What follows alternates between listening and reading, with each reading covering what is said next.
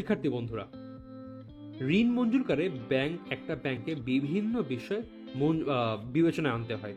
যখন একটা ব্যাংক কোনো প্রতিষ্ঠানকে বা কোনো ব্যক্তিকে ঋণ দিবে, তখন তারা ওই প্রতিষ্ঠানের বিভিন্ন ইস্যু বা বিভিন্ন সেক্টর কিন্তু খতিয়ে দেখবে যে এই যে টাকা দিচ্ছে এটা কি প্রতিষ্ঠান নিয়ে প্রপারলি কাজে লাগাতে পারবে কি পারবে না, এই ঋণের টাকা থেকে তারা কোনো লাভজনক ব্যবসা দাঁড়া করাতে পারবে কি পারবে না, আবার একটা ব্যক্তিকে ঋণ দিলে এই টাকা কি তারা ফেরত দিতে পারবে কি পারবে না, বা এই ব্যক্তি আমাদের ঋণ পরিশোধ করবে কি করবে না, এরকম অনেক কিছু কিন্তু বিবেচনায় আনতে হয়।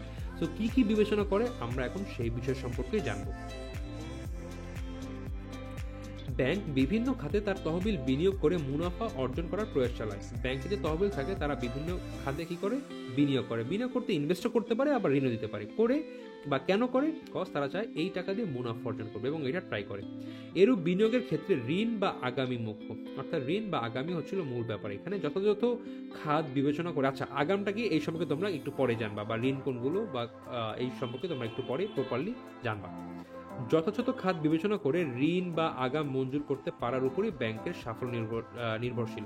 অর্থাৎ যথাযথ খাত মানে এমন খাত যেখানে লাভও হবে এবং এই যে ঋণটা দিচ্ছে এটা দুর্দশাগ্রস্ত হবে না, বা এটা ফিরে পাওয়া যাবে আর কি, কোনো অনিরাপদ ঋণ হবে না, বা ঋণের অর্থটি পরবর্তীতে ফেরত পাওয়া যাবে। সো এই যথাযথ খাতে বিবেচনা করতে হবে এবং করে ঋণ বা আগাম মঞ্জুর করতে পারার উপরেই কিন্তু একটা ব্যাংকের সাফল্য নির্ভর করে। এবার আমরা দেখব হচ্ছিল ঋণ মঞ্জুরকালে ব্যাংকের বিবেচ্য বিষয়সমূহ। তো একটা ব্যাংক কিন্তু কোম্পানিকেও ঋণ দেয়, আবার গ্রাহককেও ঋণ দেয়, একটা ইন্ডিভিজুয়াল ব্যক্তিকে। এখন কোম্পানিকে যখন ঋণ দেয় তখন কিছু কিছু পার্টিকুলার বিষয় বিবেচনা করে, আবার যখন একটা ব্যক্তিকে ঋণ দেয় তখন অন্য কিছু বিষয় বিবেচনা করে থাকে। এবার আমরা একটা একটা করে এই ইস্যুগুলো দেখব। তো প্রথমে আমরা দেখব কোম্পানি বিবেচনায় একটা ব্যাংক মানে একটা কোম্পানিকে ঋণ দেওয়ার সময় একটা ব্যাংক কি কি বিষয় বিবেচনা করে। প্রথমে দেখে তারল্য বলতে চেকের প্রাপককে চাহিদা মাত্র নগদ অর্থ প্রদান করার সক্ষমতা বোঝায়। এখন দেখো একটা ব্যাংকের কাছে ক্যাশ টাকা ধরে না 500 কোটি টাকা, আচ্ছা 500 অনেক বেশি হয়ে যাবে, 200 কোটি টাকা। এখন এই টাকাটা আছে এর একটা মেজর অংশ গ্রাহকদের চাহিদা মাত্র অর্থ পরিশোধ করতে হবে। এখন ধরুন একটা কোম্পানি এসে ব্যাংকের কাছ থেকে মোট 150 কোটি টাকা ঋণ নিল চাইলো। এখন ব্যাংক যদি দিয়ে দেয় টাকাটা, দেখা যাবে ব্যাংকের কাছে মাত্র 50 কোটি টাকা ক্যাশ থাকবে, এবং দেখা যেতে পারে গ্রাহকরা যে আসে দৈনিক বা মাসিক ভিত্তিতে, এরা যখন টাকা চাবে বা চেকের অর্থ উত্তোলন করতে যাবে, এই 50 কোটি দিয়ে এই টাকাটি শর্ট পড়ে যেতে পারে। এবং এটা যেরকম হয় যে ব্যাংক টাকা দিতে পারছে না, এটা কিন্তু বিশাল দুর্নাম ব্যাংকের জন্য। সো ব্যাংক যখন কোনো প্রতিষ্ঠানকে ঋণ দিবে, সাধারণত প্রতিষ্ঠানের ঋণগুলো খুব বড় বড় হয়, একটা ছোট ছোট না, 20-25 লাখ হয় না, একটা যখন ব্যক্তি পর্যায়ের মতো হয় না, কয়েকশো কোটি টাকা বা অনেক কোটি কোটি টাকার উপরে হয়। তো এই যে ঋণ দিবে তখন ব্যাংক দেখে আমরা যে ঋণটা দিব এর ফলে আমাদের তারল্যের অসুবিধা হবে কিনা। দেন নিরাপত্তা, ব্যাংক অগ্রিমের অর্থ নিরাপদে এবং আয়ের সময় যথাযথ ফেরত না আসলে ব্যাংকের অর্থ পুনরায় ঋণ দিতে পারবে না।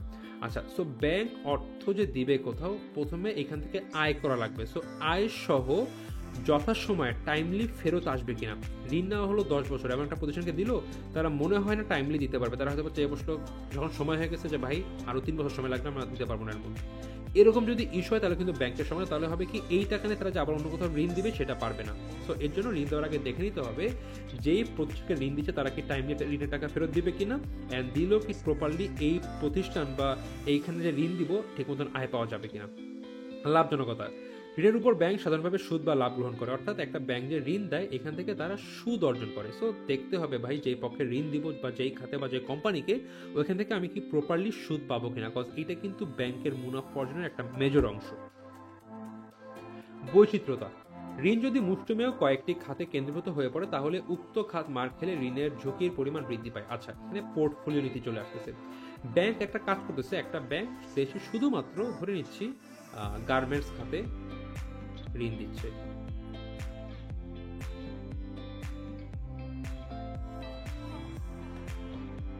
এখন দেখা গেল হঠাৎ করে এমন একটা কোনো সরকার রোল নিল বা এমন কিছু হলো, বা দেখা গেল পার্শ্ববর্তী দেশ চায়নাতে এমন ওরা সার্ভিস দেওয়া শুরু করলো যে দেশের গার্মেন্টস সেক্টরটা পুরো ধসে পড়লো, হঠাৎ করে অনেক গার্মেন্টস বন্ধ হয়ে গেল। সো ব্যাংক যদি জাস্ট মুষ্টিমেয় 2-1টা সেক্টর ঋণ দেয় এবং ওই সব সেক্টর যদি কখনো ধসে পড়ে বা মানে লস প্রজেক্ট হয়ে যায় ওই সেক্টর ধরে, দেশের উপর ইকোনমির একটা সেক্টর ধরে, তখন কিন্তু দেখা যাবে ওই ব্যাংকের টাকাগুলো খুব বিপদে পড়ে যাবে বা ঝুঁকিতে পড়ে যাবে। কারণ কি, যদি কোম্পানি দেউলিয়া হয়ে যায় বা বন্ধ হয়ে যায়, তখন কিন্তু এই কোম্পানি আর কখনোই কোনো প্রতিষ্ঠানের ঋণ বা কোনো ব্যাংকের ঋণ পরিশোধ করতে পারবে না। কারণ ভাই দেউলিয়া হয়ে গেছে, টাকা নেই বলে দেউলিয়া হয়েছে, ওরা কোথা থেকে টাকা দিবে? তো এর জন্য ব্যাংকের উচিত একটা বা দুইটা খাতে না দিয়ে একাধিক খাতে মিলিয়ে মিশিয়ে দেওয়া। যদি কখনো কোনো খাতে কোনো বিপদের জন্য কোনো ঋণ দুর্দশাগ্রস্ত হয়ে যায়, তখন যেন ব্যাংকের খুব একটা অসুবিধা না হয়, কারণ অন্য অন্য খাতে যে ঋণগুলো আছে সেখান থেকে যেন মুনাফা বা সুদসহ তারা এই ক্ষতি পুষিয়ে উঠতে পারে। মেয়াদের মিশ্রণ। এখন দেখা গেছে একটা ব্যাংকের কাছে মোট এখন হয়তো 100 কোটি টাকা আছে, তারা মোট 10 কোটি টাকা করে ঋণ দিল, 10 10 10, এবং সবগুলোই দিল 5 বছরের জন্য, সব কটা 5 বছর। এখন দেখা যাবে কি, এই যে 5 বছর, এই সম্পূর্ণ 5 বছর এই পিরিয়ডের সময় ব্যাংকের কাছে তেমন টাকা থাকবে না। আবার হুট করে 5 বছর পরে সবাই যখন টাকা দিয়ে দিবে, হুট করে ব্যাংকের যে তহবিল এর পরিমাণ অনেক বেড়ে যাবে। তো এটা কিন্তু একটা প্রপার ডিস্ট্রিবিউশন হলো না। ব্যাংকের করতে হবে এইভাবে, একটা ঋণ 1 বছর, একটা হয়তো বা দুইটা ঋণ 3 বছর, কিছু ঋণ 5 বছর, কিছু ঋণ 7, কিছু 10, যেন একটা মিক্স আপে থাকে। দেখা যাবে 1 বছরের কিছু পরিমাণ ঋণ আসছে, সেইটা আবার তারা অন্য জায়গায় দিয়ে দিল। এটা করতে করতে আবার দেখা যাবে কয়েকভাবে পরে আবার কিছু ঋণের টাকা ফেরত আসবে, আবার দিবে, আবার টাকা কিছুদিন পরে আসবে, দিয়ে দিবে। বাট একবার যদি সকল টাকা চলে আসে, তখন কিন্তু একত্রে সেই টাকা আবার অন্য কোথাও ঋণে দেওয়া বা ঋণ হিসেবে দেওয়া কিন্তু সম্ভব না। এখন আমরা তো নিশ্চয়ই ব্যাংক 2, 4, 10 লাখ টাকা নিয়ে কাজ করে না, তারা কোটি কোটি বা কয়েকশো কোটি নিয়ে কাজ করে।